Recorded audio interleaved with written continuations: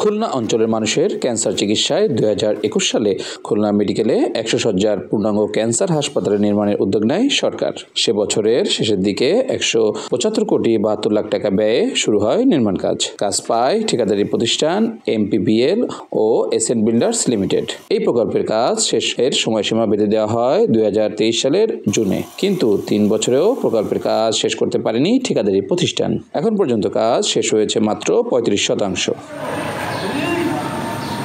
নির্ধারিত সময়ে কাজ শেষ না হয় প্রকল্পের মেয়াদ চলতি বছরের ডিসেম্বর পর্যন্ত বাড়ানোর প্রস্তাব পাঠানো হয় গণপূর্ত মন্ত্রণালয়। এজন্য এখন অনেকটাই থমকে আছে কাজ।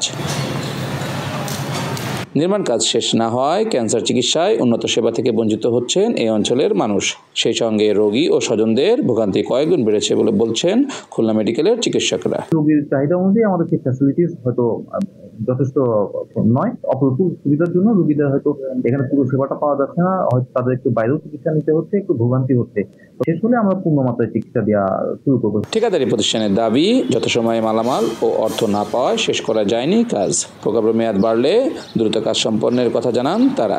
অন্তরার কারণ হচ্ছে আমরা যথাসময়ে পাথর পাই না। আমরা ইচ্ছে করে কিন্তু পাথর ম্যানেজ করতে পারি না। প্রকল্পের মেয়াদটা বাড়াবে বলে চেষ্টা করতেছে, এখনো বাড়ে নাই। আমরা গত জুন মাসে টাকা পাইছিলাম, আর কোনো টাকা পাই। 17 তলা ভবনটির নাম ক্যান্সার চিকিৎসা কেন্দ্র হলেও ভবনটিতে কিডনি ও হৃদরোগ বিভাগ থাকবে বলে জানায় হাসপাতাল কর্তৃপক্ষ। তাই এই হাসপাতালে সুফল পেতে দ্রুত কাজ শেষ করার দাবি স্থানীয়দের। নূর ইসলাম রকি, দেশ টিভি, খুলনা।